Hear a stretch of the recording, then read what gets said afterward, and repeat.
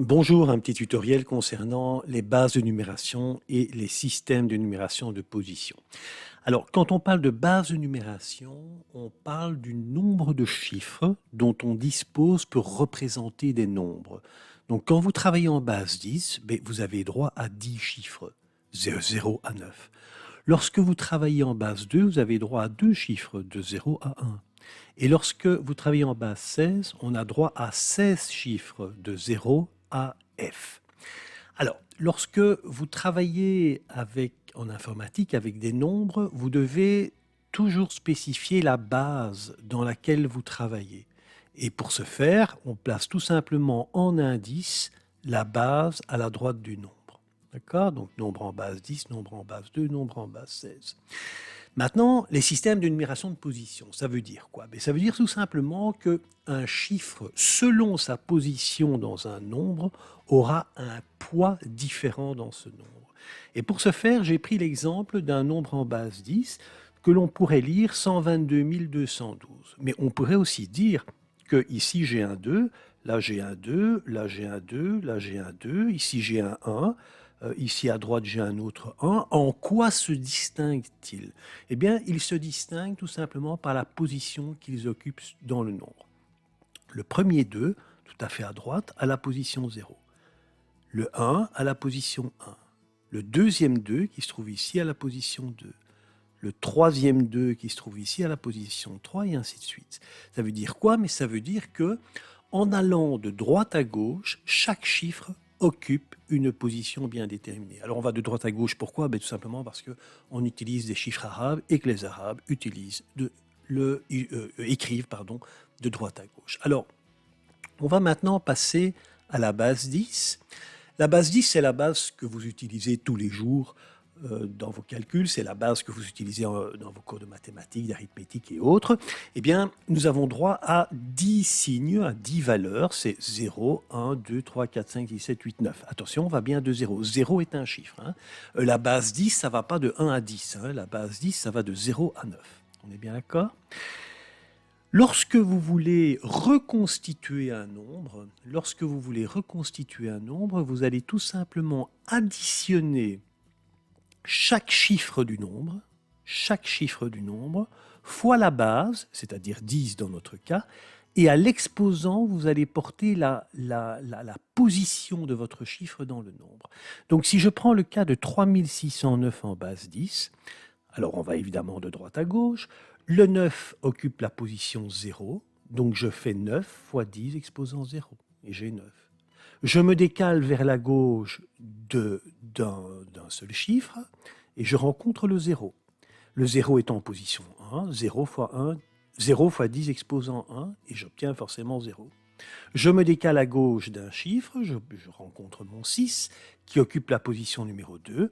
6 fois 10 exposant 2, ça fait 600. Je me décale d'un chiffre à gauche, je rencontre le chiffre 3 qui est en position 3. 3 fois 10 exposant 3, c'est 3000. Lorsque vous additionnez ces différents nombres ici, eh bien, vous obtenez 3609 en base 10. Eh bien, c'est ça, un système de numération de position. C'est tout simplement que chaque chiffre au sein du nombre a un poids particulier. Alors, c'est génial parce quoi? Parce qu'avec 10 valeurs, on n'a que 10 valeurs ici, on n'a que 10 signes, entre guillemets, 10 signes, eh bien, on peut représenter les valeurs de moins l'infini à plus l'infini. Alors, maintenant, si vous allez sur la base 2, vous n'avez droit qu'à deux chiffres, 0 et 1. Donc ici, vous avez 1, 1, 0, 1, 1. Notez bien, on voit bien ici l'importance de préciser la base. Parce que si je ne précise pas la base, je pourrais lire ça comme étant la valeur 11 011 en base 10.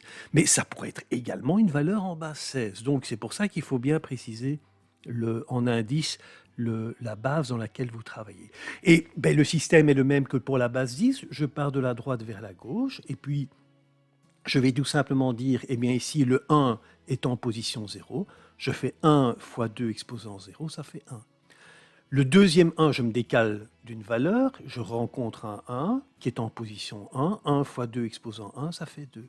Je me décale d'un chiffre, J'ai ici 0 en position 2. 0 fois 2 exposant 2, c'est 0. Ensuite, j'ai 1 fois 2 exposant 3 égale 8. Et 1 fois 2 exposant 4 égale 16. Donc vous voyez bien ici que le 1 qui se trouve en position 4 et le 1 qui se trouve en position 0 ont des poids très différents. Parce que en position 0, ce 1 a la valeur 1, alors qu'un 1 en position 4 va avoir la valeur 16.